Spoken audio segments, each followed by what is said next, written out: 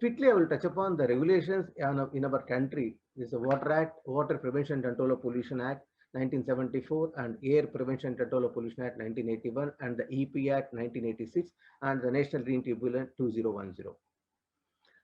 Uh, People may have a different perceptions, but what Act says, for example, for Water Act 1974, the defined definition of outlet includes any conduit pipe or channel open or closed carrying sewage or trade effluent. So generally, there is a misconception that this will be applicable only for the industries. But under Water Act, whether it is discharged with sewage by the urban local body, sewage, I would like to say, including the fecal waste, or by the industry, the legal applicability is the same. The implementation may be different, the level of implementation. We must be fully aware of that. It is covered under Water Act. Sewer means any conduit, pipe, or channel open or closed carrying sewage or trade effluent.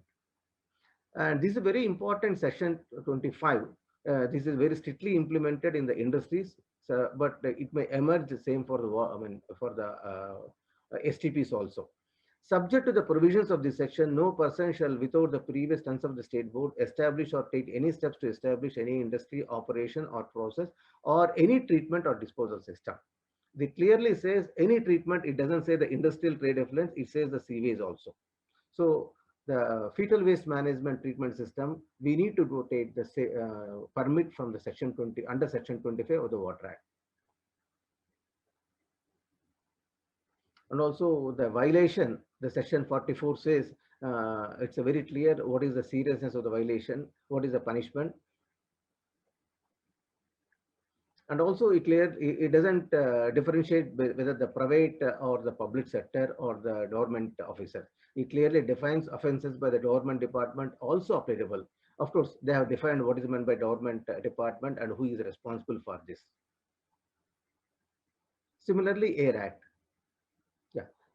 Apart from the Water Act and Air Act, there is one more notification under the EA notification 2006 under the EP Act 1996, and FSTP doesn't require any permission or the clearance under this notification. These are the permits required under section 25. Need to obtain consent to establish. So one of the requirement is before we start any fetal waste FSTP, before establishment itself, we need to take the permission from the local state pollution control board. Local state pollution control board is supposed to review from the site suitability, treatment system, design norms for discharge. That means how the system has been designed for meeting the parameters, and very important method of final disposal system and reuse. That means after treatment, even we achieve 20 BOD or 30 BOD, what is the management plan, how this wastewater is being utilized. Similarly, before the FSTB is put into operation, it requires to take the consent to operate from the State Pollution Control Board. Say at that time, the State Pollution Control Board is supposed to review what is the commitment given by the project developer or urban local ULB for FSTP, and what is the implementation. And also this is to be renewed periodically. And just this is one of the consent permit given by the State Pollution Control Board of Andhra Pradesh for Rajam fetal waste management system.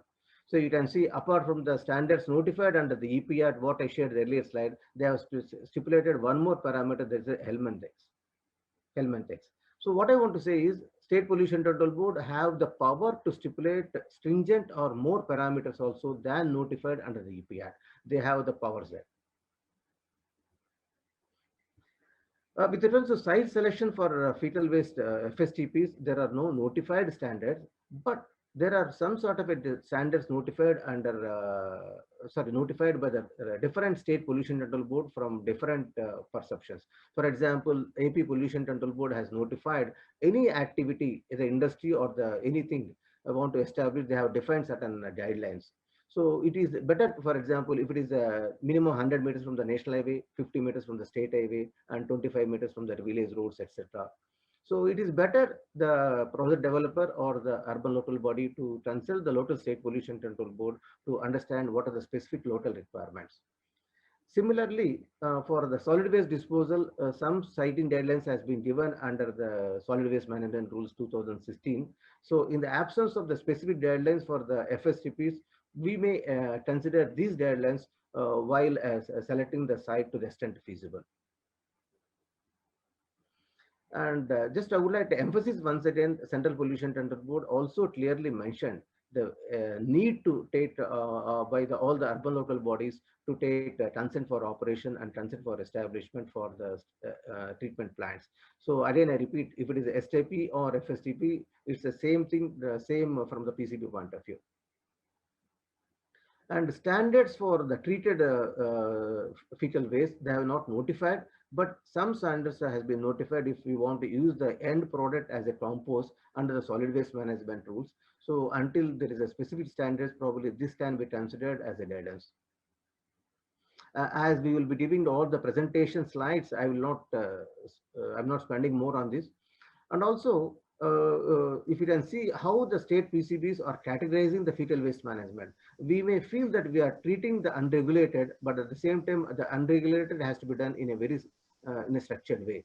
And they have classified the serious treatment plants also as a red category from their point of view. That means it requires a very good attention while the designing, site selection, and operation and monitoring protocols. This is again Punjab PCB. Why I'm sharing this individual PCBs is it will vary from the PCB to PCB. It is better the project developer or ELB need to check with the what is the local PCB regulations. And just with the last slide, I would like to say how the NGT is also viewing. It's a very important point I would like to show this here. Why this? The NGT has directed the project developer and the urban local body and the consultant also to show their detailed project report on what basis they have designed. Just you can imagine how the NGT in some cases, how detailed they are doing. They want to see what is the design basis, on what basis that has been designed. And with reference to solid waste, the Minister of Environment has notified different standards for with different roles and responsibilities ranging from solid waste to plastic waste, etc. Probably it is a time for the ministry to notify a similar set of guidelines on the fecal waste management also. It clearly defines roles and responsibilities.